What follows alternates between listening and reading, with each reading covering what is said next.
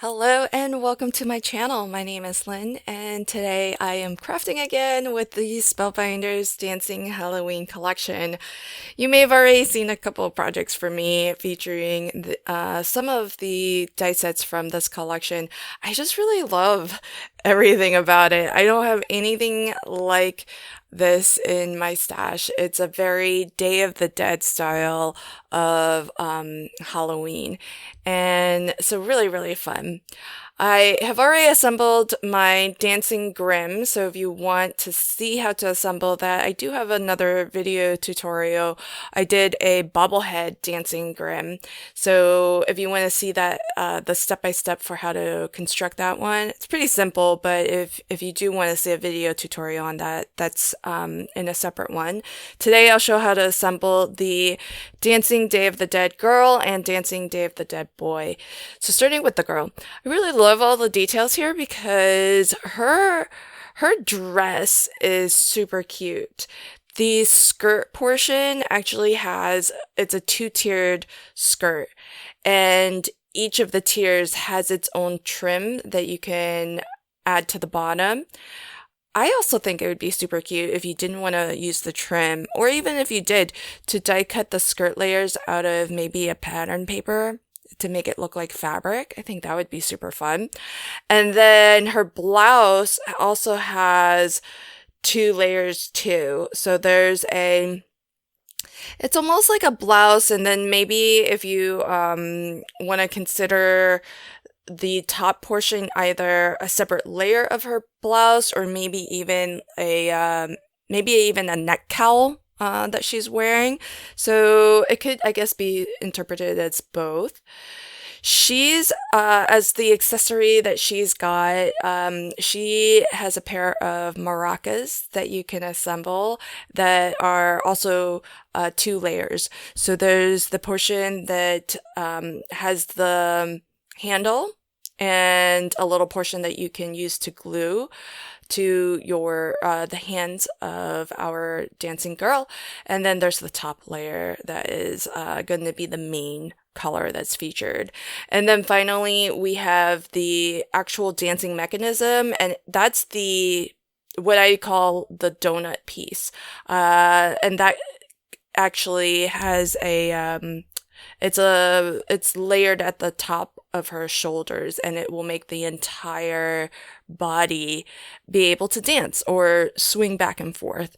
So the last final touch is she does have some shoes you can add, so I've added that as well.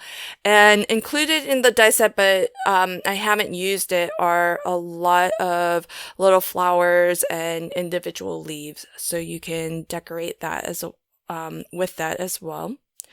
For her head, I've got her skull here, and most of the skulls, I think you can mix and match between them if you want different expressions.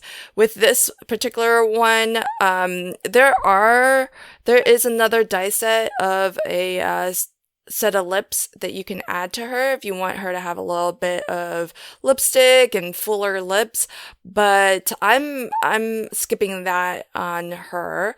And for her hair, it also has two parts, so you can leave her hair short like I've done here, and then there's a second like a top bun that you can add as well.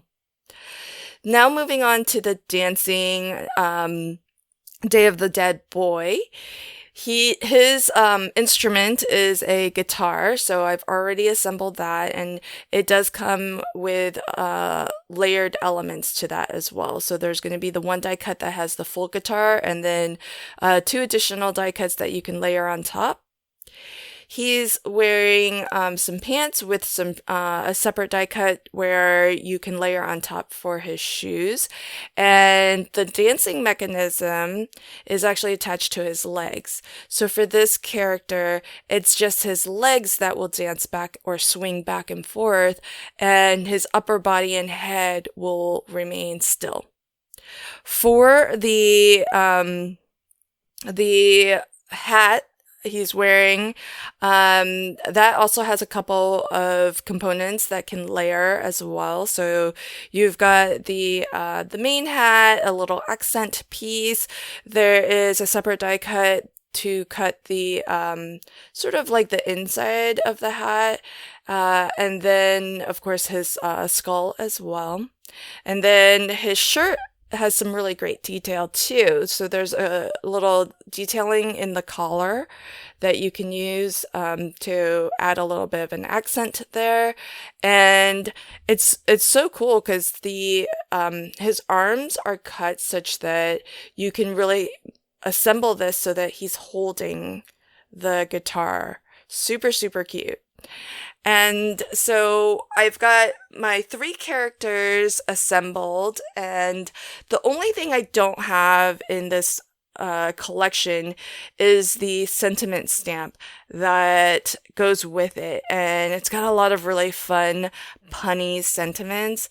So I really love that. I'm going to have to go ahead and pick that up and get it when I see it go on sale because it's so much fun. You've got, of course, you've got some nice, just very standard Happy Halloween, but then there's also other sentiments as well, such as love you to death, curses, I missed your birthday. So I love that you can use these in other, for other occasions too. Love you to the end. Hope your, birthday is bona fide fun. Bona fide.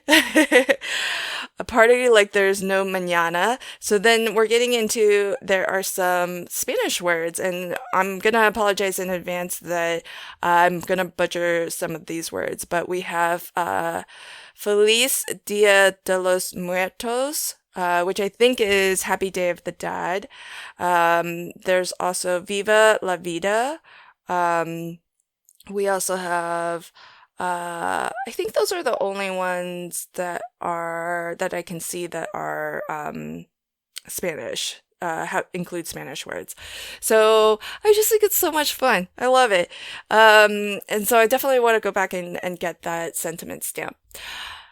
Since I don't have it, I just decided to use one of my favorite styles of sentiments. I have, I think, just about all of the phrases or the words, and then in this case, I'm going to use the word smile. And what I thought, the look I was going for was this. So I wanted the dancing boy and girl to be a little bit of a band. Or maybe, I guess in this case, they are a duet. And because they've got the instruments. So she's got the maracas and he's got a guitar. So that's why I've put them in similar looking or similar colors in terms of their outfits. So they're the band and they're playing for the dancing Grimm. And so those 2 characters, the boy and the girl, I've left them static, but I will make my Grimm dance. So I am going to just put a foam dot right where that inner aperture is. And what I'm going to do, just to make sure that the body swings a little bit better, I'm just stacking up some strips of cardstock. And I'm going to glue that to the back of his robe. There's 2 things that accomplishes. One, it adds some extra weight.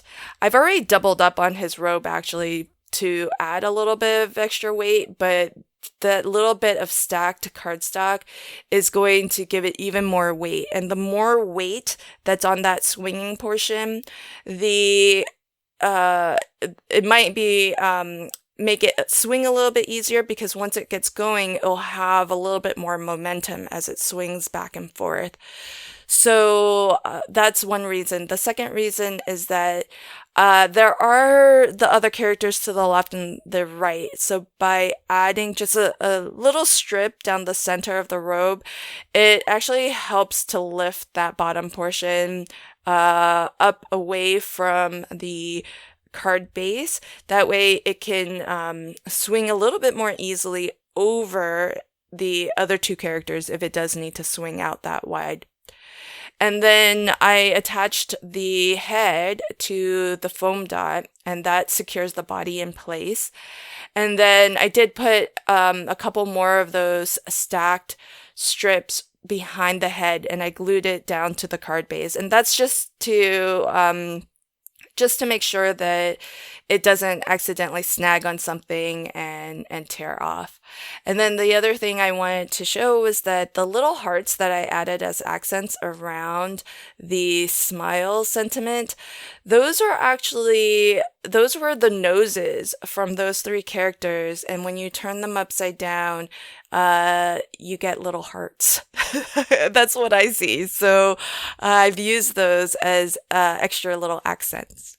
So here's a final look at the card, and here's a bit of slow motion on how it swings back and forth. Super, super fun. Lots of it's so easy to do these dancing cards because the mechanism is just so simple. It's just a foam dot right in the center of that donut-shaped aperture. So really love it, and I love these characters so much. I hope that you enjoyed this card, and let me know what you think in the comments below. And until next time, happy crafting and have a fabulous day. Thank you. Bye.